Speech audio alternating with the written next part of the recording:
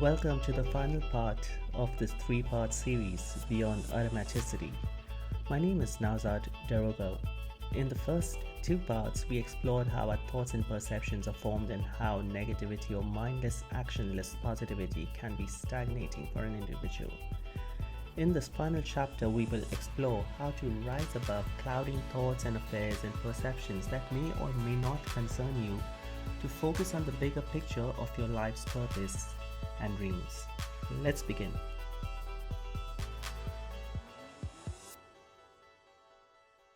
Now, let's assume perception of us categorized in one of only two categories, good and bad. No gray areas, no doubtful bits, nothing. So, for example, you think about a colleague and do you light up? Or do you remain neutral? Or do you feel stressed or anything negative? If you light up, as soon as you hear a colleague's name or you think about a colleague, it's a positive thought, it's a positive perception. If you remain neutral, what is the first instinct that comes up for you? Are you like, it's okay if that person is there? It's like, fine, doesn't matter, it's good. Well, that's a positive. Okay, there's no negative thing. If you feel that, nah, it's better that if that person was not around, or I wish this person does not do this to me, does not bother me today with this or that, then that's a negative. It's a little bit of a negative bias out there, right? So think about inflation. Do you think it's good for the economy and the country, or do you feel anxiety or worry for yourself when you think about inflation? So good or bad? Okay, there are no carriers. Yeah, sure, there will be like, it is good, but then also there's what is bad, there's also there's this. But what's the first instinct? Let's go with that. Let's talk about beliefs. Your beliefs that say you are not meant to do business or study a subject that you would like to know or learn about or travel or work towards a dream job. Now, when you think about this, do you feel absolute calm, peace, and happiness with that decision? Or does something keep coming up for you like, I wish I could, how lovely it would be to do this?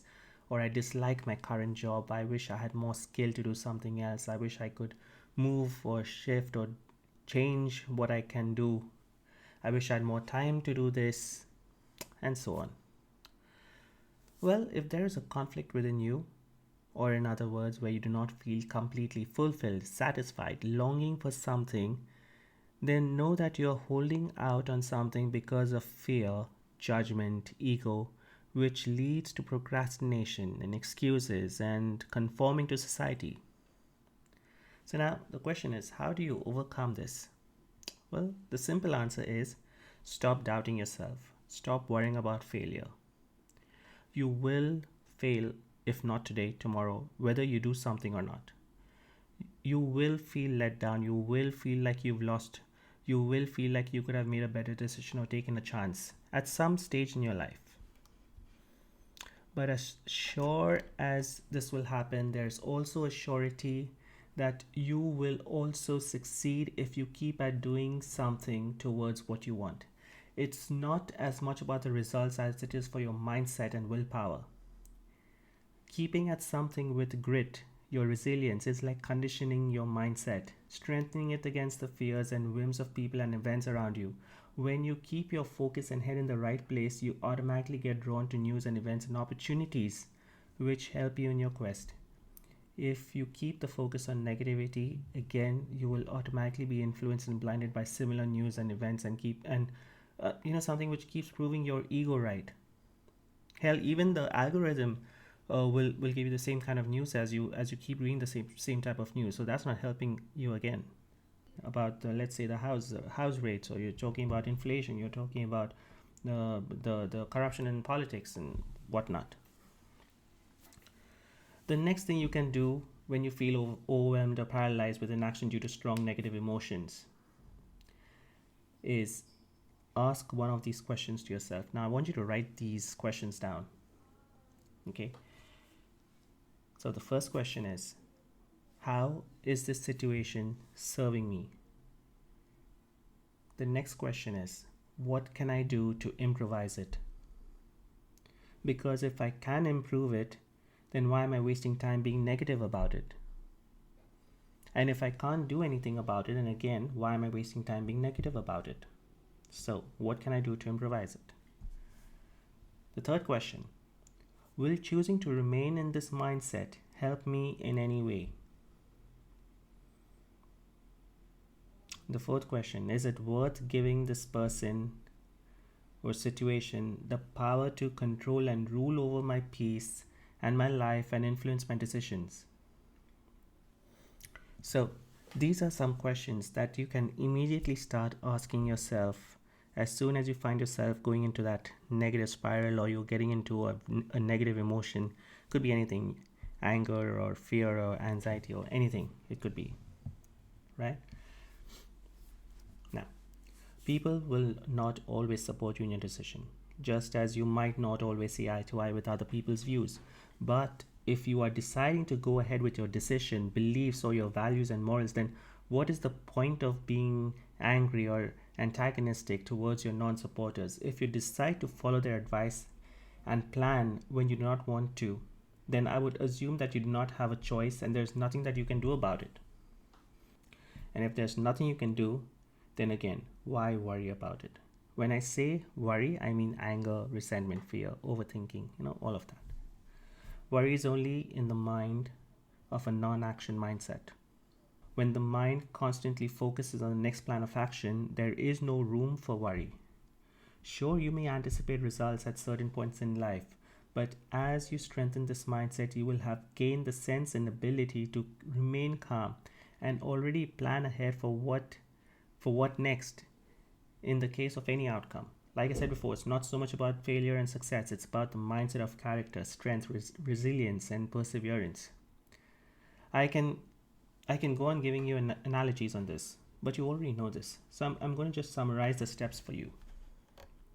Again, if you want, just take this down because these steps can change you, can change your outlook, can change your life for the better. So the first step: stop doubting yourself. Accept with equal conviction the two facts that you will fail and you will succeed, and not necessarily in that order. This is not actual failure, but is just an undesired outcome based on an incorrect action. Failure, true failure, is only when you decide to give up, when you decide to not persevere because it's too tough, not because you essentially found something else or because you realize that this is no longer something that you want, but you decide to give up because you found it too tough, because you are influenced by other people's decisions, even though your heart is telling you something else. That, in essence, is true failure. The second point: clear your head of any negative and egoistic emotions. Drama, self pity, need for validation from others serve nothing more than keeping you imprisoned, limited, and you will only ever be able to achieve as much as people think of and allow you to achieve. How much power you give them to do that lies with you. The third point: knowing. Know when you are fearful, judgmental, egoistic, wanting to be right, feeling that you know it all because you have lived X number of years, you have done a certain kind of job for so many years, or that you know nothing because of your age again, or because you don't have any experience in that, or because of what people have been telling you all your life. Blaming yourself or others for the situation you're in, giving excuses and reasons for not living to your full potential or desire. Not everybody gets what they want. That's probably one of the beliefs that you have. They don't get it because they don't want it bad enough. They are afraid of wanting. They are more afraid of losing what they have, be it their sleep, energy, time, or other resources, looking like idiots in front of other idiots who do not understand or comprehend the value of trying until you succeed. That's how sheep thrive. It is not anyone's business or right to judge or criticize you on your decision, as it is not yours to do the same unto others. Your setbacks, your successes, it's your story. Another person's setback, their success, it's their story. It's your life and it's your journey. Yes, you may have well wishers, but understand that these well wishers also have their own perceptions that may or may not enable you to grow. And your true supporters and well wishers will not abandon or demean you, even if you do not listen to them and fail initially, because they are not coming from an egoistic place of wanting to show off their need to be right to you, but that of concern, and they will understand your need to try things out. But the first thing for you to do is know where you're at. Know whether you're fearful, you're judgmental, egoistic. Don't pass it off as reasons and excuses for that. Know what is actually going on within you. Be honest and true to yourself. Introspect.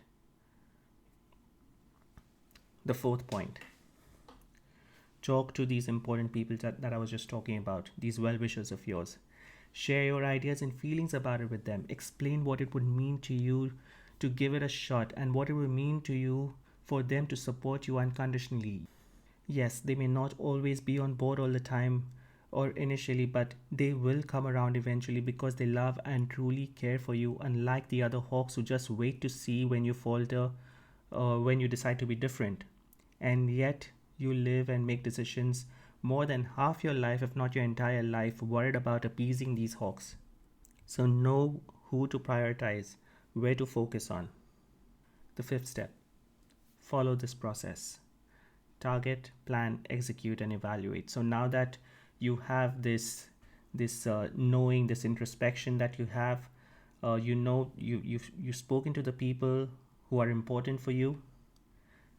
This is all about now getting down to the action, getting down to the plan. So you first need to target. What is it that you want to target? What is it that you want? So you target, you plan, you have a structure, you have a plan in place. Execute it, and then evaluate it. And what's the importance of evaluating is to check whether you're going well. What are the obstacles you're facing? What are the wins that you have? How is it working in your favor? What do you need to change? And basically even evaluate if this is what you really want after you have got into it. So it's going to be an ongoing process. You will have a main target, and then you will plan, execute, and evaluate, and then there will be smaller targets and smaller goals to achieve the bigger goal. And there's constant planning, there's constant revision, there's constant execution, and there's constant evaluation. And this is an ongoing process. The sixth: at least once after you get up, whenever you start the day, could be at night if you're starting if you're starting that day at night, you're doing a night shift or something, or anytime. Once after you get up, at least for 30 seconds, and once before you go to bed, again at least for 30 seconds, affirm with belief and conviction. So you can close your eyes, you can visualize, and you can just say some powerful affirmations. You can say it in your mind, you can say it softly. You don't have to really scream it out loud. You can say it in your mind or just whisper it softly. Okay, so just to give you an idea of what are some affirmations that you can use: I trust in my ability to overcome my challenge and emerge stronger than before. I have the power to create the life I desire. I release all negative thoughts and embrace positivity in my life. I am enough. Now, if you struggle with visualization, you can try this one as well. Look into the mirror, right into your eyes, and affirm whatever it is that you want to affirm. You can make your own affirmations. You can start off with the ones which I've just said, or you can just you can go online and just search for affirmations, powerful affirmations for yourself, and you can use something off the net as well and find which resonates with you. So you have many options for that. Now, as strange or weird as this may sound to you, there is a reason and a powerful benefit for doing this. This will help you to implant new suggestions into your conscious and subconscious mind. You have already been doing this all this time, but with thoughts and declarations borrowed or heard from others, which you have now come to believe, and which is leaving you in the state of skepticism, and which is leaving you in this current mindset of limitation and doubt and disbelief in yourself and mistrust towards the process. But this is actually just the undoing of all these years and decades of regressive programming happening to you. So it's nothing different from what you've already been doing all this time, and it's nothing different from the results that you're already seeing. It's just in reverse, in fact. So Until now, you've been programming yourself and you've got into this negative state of doubt and beliefs that certain things need to be done a certain way, or certain things can only be done by certain people. This is just reversing that. Now, even if you think this is all nonsense, just listen back to the point number 3 to identify where is this knowing that this is all nonsense coming from. What are you afraid of losing by trying it out for 30 seconds each time? That's a total of at least 1 minute a day in your own private space. Nobody else needs to know about this.